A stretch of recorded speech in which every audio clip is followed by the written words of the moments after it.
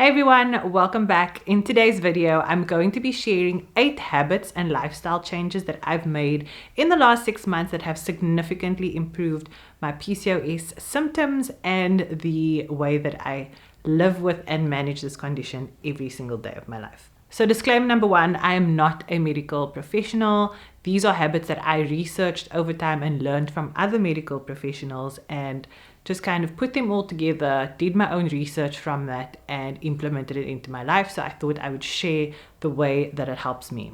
Disclaimer number 2, these are not quick fixes. Good habits and lifestyle choices are compounded over time and then they become natural to you. And it's the consistency of them that eventually yield the results. And that's what's going to improve your condition. So things are not going to change overnight. It's not going to change in a week. However, for my personal results, what I can tell you is that in March 2019, my right ovary was completely and utterly covered in cysts. And it was causing a lot of problems for me. By April 2020, it was about halfway. By October 2020, when I had my ectopic pregnancy surgery and the surgeon was in my abdomen, she was willing to remove any cysts if she found any because she knew I had PCOS, and she said my ovaries were completely clear. So we went from a fully covered ovary to a clear one in about a year and a half. However, PCOS is not only about the cysts. Women with PCOS often suffer from really heavy and irregular or even absent periods. They suffer from weight gain. Acne is another symptom. It can eventually lead to diabetes. And women with PCOS are also prone to battling with their mental health. If there's one thing I've learned about PCOS is that it's a big hormones game. It's all about balancing your hormones so that you have the right amount of everything so your body can perform the functions that it's supposed to perform when it's supposed to perform it. When those hormones are thrown out, that's when everything starts to go very, very wrong. So if you want to know what my 8 habits for managing PCOS are, keep watching. So number 1, I start every day with a high protein brunch that has fats and also some good greens. So whether that's a side of asparagus or a green smoothie, basically this keeps my blood sugar levels and therefore my insulin stable. Insulin is a fat storage hormone that concentrates fat around the belly, which is why so many women gain weight. High insulin levels can also cause your ovaries to produce more testosterone. And testosterone is one of the reasons why so many women with PCOS have irregular hair growth on their chin, on their chest even. The second thing I do is eat gluten-free 99% of the time because this helps with inflammation. Gluten is also a hormone disruptor, and as we know now, PCOS is a hormone balancing game.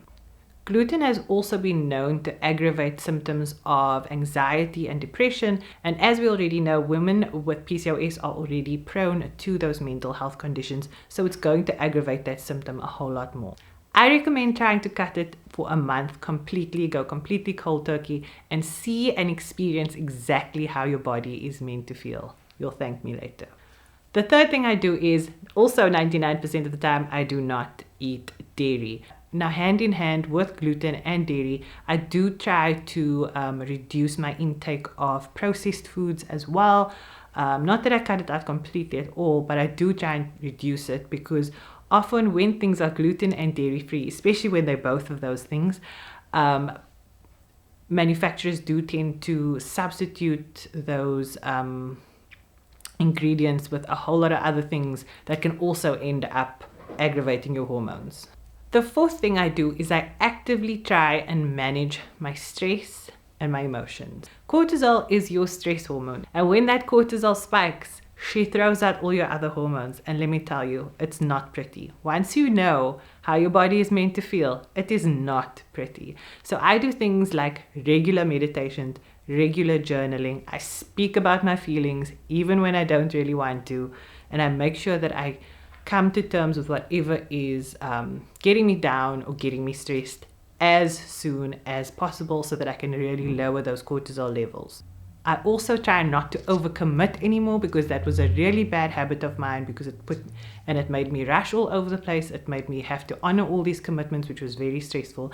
And the last thing I also do to manage my stress and my emotions is to set boundaries with people, because sometimes you take on other people's stress and other people's emotions and it actually has nothing to do with you.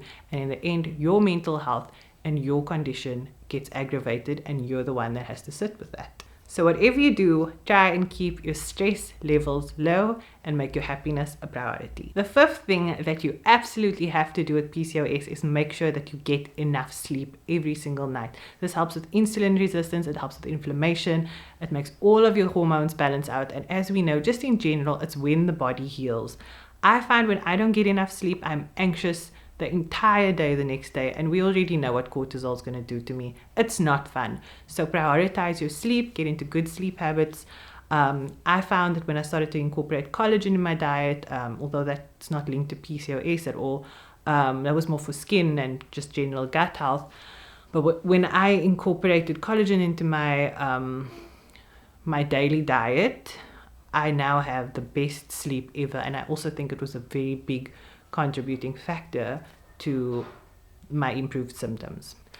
Lifestyle change number 6, no more high intensity workouts. So any boxing, running, I don't know, Zumba or anything that's very hectic in terms of cardio that could be quite stressful, that could spike your cortisol, stress hormone again, and throw out your hormones. So what you want to do is you want to keep it really calm and really chilled with slow weighted workouts, which can also help with insulin resistance, or yoga, Pilates, or my personal favorite, long, slow walks in nature. Even when you're doing your slow weighted workouts, you want to make sure that you take breaks in between and breathe it out. There's none of this nonsense of keeping your heart rate up. That's not a thing for PCOS girls.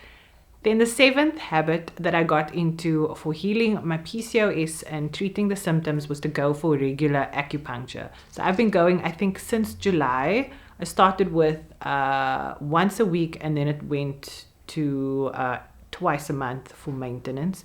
Acupuncture has been an absolute game changer. It stabilizes hormones, it brings overall harmony to the body, so everything just works better in general once you've gone for acupuncture, even if it's just to treat your reproductive system. And lastly, it's been proven to actually shrink your cysts and make them disappear. So that's a big one. It's been proven to improve your sensitivity to insulin and also been proven to lower testosterone levels. Then the 8th and final lifestyle change that you have to make if you are a PCOS sister is to do your research. Make research a part of your daily life. Whether you are researching the condition itself or researching delicious recipes that's going to make you not even miss that burger or whatever else. Follow PCOS accounts on Instagram. I love following at PCOS Weight Loss and at NutraFemX. I've learned so much from them. Basically, everything I'm talking about in this YouTube video, it stems from information that I've learned from them, and then I've maybe gone off and done some of my own research or my own tests and discoveries, but pretty much it started with them. They're both medical professionals who actually have PCOS themselves, so it's going to be the right stuff.